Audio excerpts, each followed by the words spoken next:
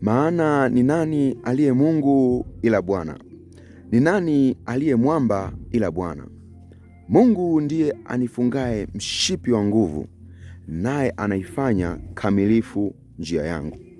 Mpendwa katika Bwana, karibu katika siku ya pili ya kujifunza kwa habari ya wokovu. Na siku ya leo katika kujifunza wokovu tutatumia vitabu viwili. Kitabu cha Zaburi ya 18 kuanzia mstari wa 29 mpaka wa 36 kule, na kuendelea mpaka chini, ukiendelea vizuri mpaka 40 na ngapi kule. Lakini pia kitabu cha Samueli wa pili ule mlango wa 22 kuanzia mstari wa 30 na kuendelea mpaka mwisho. Mpendwa katika Bwana, hapa tunaanza kuona namna ambavyo wokovu ambapo Mungu anaofanya. Anasema hivi kwenye Zaburi ya 18 kuanzia mstari wa 28 pale: kwa kuwa wewe unaiwasha taa yangu, Bwana Mungu wangu, unaniangazia giza langu. Maana kwa msaada wako nafuatia jeshi, kwa msaada wa Mungu naruka ukuta. Anaanza kuzungumza kwamba kwa msaada wa Mungu ninaruka ukuta, kwa msaada wa Mungu ninalifuatia jeshi. Kinakukumbusha nini mpendwa?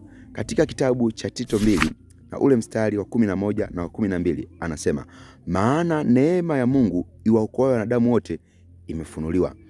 Hiyo neema sio akili zako, sio fahamu zako, sio nafsi yako, bali neema ya Mungu ndiyo inayotufundisha kukataa ubaya, tamaa za kidunia, tukapate kuishi kwa kiasi, utauwa na haki katika ulimwengu huu wa sasa.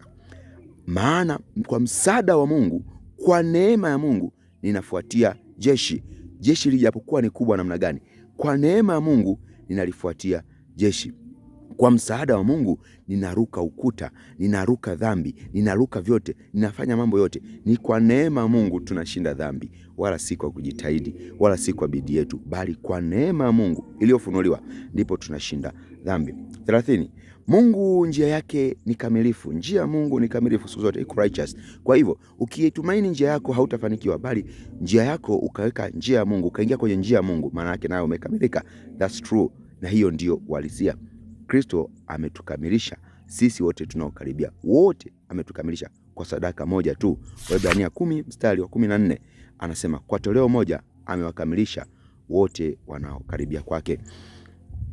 Ahadi ya Bwana imehakikishwa. Mungu ameprove salvation katika yeye ni sahihi kabisa. Katika yeye ndipo kuliko na wokovu, katika Kristo ndipo kuliko na wokovu. Anasema katika Yohana 15 na ule mstari wa 6, ukianzia wa 5 wa 6 pale, anazungumza kwa habari ya mtu kukaa ndani ya Kristo ili aweze kuzaa.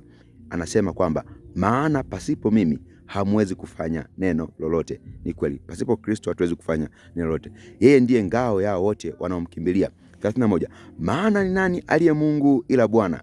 Ni nani aliye mwamba ila Mungu? Ni nani aliye Mungu ila Bwana? Na ni nani aliye mwamba ila Mungu wetu? 32. Mungu ndiye anifungaye mshipi wa nguvu, naye anaifanya kamilifu njia yangu.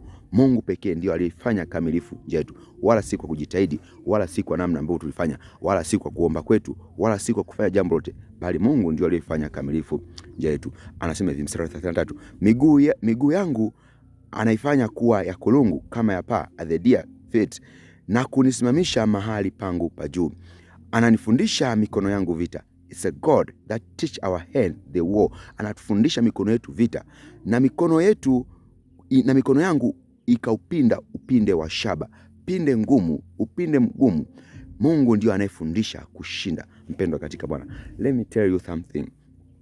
Hatukuweza kuchukua wokovu katika matendo, kwa sababu ilikuwa ni ngumu sana kupinda upinde wa shaba. Tuteke wokovu kama upinde wa shaba, hatukuweza kupinda, bali katika Mungu tukaweza kupinda upinde wa shaba, tukaweza kupinda wokovu, tukaweza kuingia katika utukufu, tukaweza kuingia katika haki ya Mungu. Kuwa na haki katika matendo yetu haikuwezekana, bali Mungu alipotuchungulia kana wote ni wachafu, tumeoza, tumepotoka, bali Mungu akatusaidia. Yeye ndio aliyetufundisha kupinda upinde wa shaba. Anasema hivi, nawe umenipa ngao ya wokovu wako, mkono wako wa kuume umenitengeneza, na unyenyekevu wako umenikuza. Kunyenyekea kwake Kristo ndiko kuliko tukuza sisi. Anasema katika Filipi 2, anasema naye alipoonekana katika umbo la wanadamu akajinyenyekeza, akawa mtii hata mauti. Tena amina, Mungu akamkirimia jina lipitalo kila jina, ili kwa jina Yesu kila ulimi ukiri ya kwamba Kristo Yesu ni Bwana kwa utukufu wa Mungu, na goti lipigwe na vitu vya mbinguni, vitu vya duniani, na tukiri kwamba Yesu Kristo ni Bwana kwa utukufu wa Mungu. Mpendwa katika Bwana, huo ndio wokovu. Huo ndio wokovu. Yeye ndiye alitupatia unyenyekevu, ametukuza. 36, umenifanyizia nafsi hatua zangu, na miguu yangu haikuteleza. Amefanya hivyo. Ukisoma hizi Zaburi, wimbo ulioimbwa hapa pia katika Samueli wa pili ule mlango wa 22, huko hivyo hivyo. Mpendwa, kumbuka tunaokolewa kwa neema kwa njia ya imani, wala si kwa nafsi zetu, bali ni kipawa cha Mungu, na mtu yoyote, wala si kwa matendo yetu, na mtu yote asije akajisifu. Ni Mungu ametupatia zawadi ya wokovu. Hivyo kama umeokoka ni zawadi ya Mungu. Kama hujaokoka, njia ni moja tu. Nifanye nini nipate kuokoka? Mwamini Yesu Kristo, wewe na nyumba yako mtaokoka. Neema ya Mungu iwe pamoja nawe. Nikutakia siku njema. Shalom, shalom.